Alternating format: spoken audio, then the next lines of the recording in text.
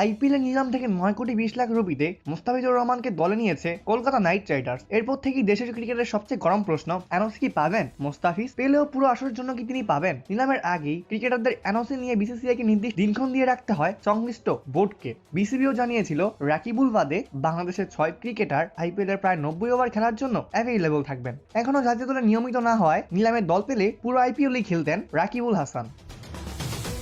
নিলাম থেকে দল পেয়েছেন কেবল মুস্তাফিজ। আজ 18 ডিসেম্বর গণমাধ্যম কর্মীদের মুখোমুখি হয়ে ফিজের এনওসির বিষয়টি পরিষ্কার করেছেন বিসিবি পরিচালক এবং ক্রিকেট অপারেশন চেয়ারম্যান প্রধান নাজমুল আবেদিন ফাহিম। তিনি বলেছেন, মুস্তাফিজকে আমরা এনওসি দিয়েছি পুরো আইপিএল এর জন্য। শুধু নিউজিল্যান্ড সিরিজের 3 ওয়ানডে ম্যাচের জন্য 8 দিনের জন্য সে ফেরত আসবে, শুধু ওয়ানডে সিরিজের জন্য। হ্যাঁ, সেখানে ওয়ানডে সিরিজ আমাদের নিশ্চিত করতে হবে আমরা যেন পূর্ণ শক্তি নিয়ে নামতে পারি, তাহলে 2026 বিশ্বকাপ কোয়ালিফাই আমরা নিশ্চিত করতে পারবো অনেকাংশেই।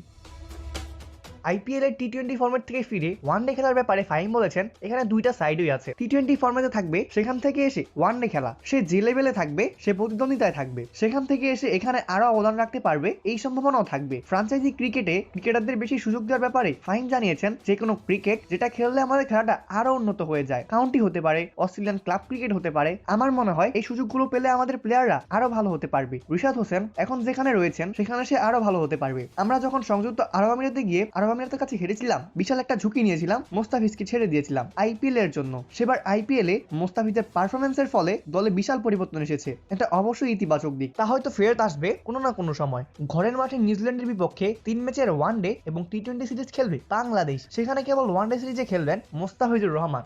অপূর্ব দাস, প্লেভাস নিউজ।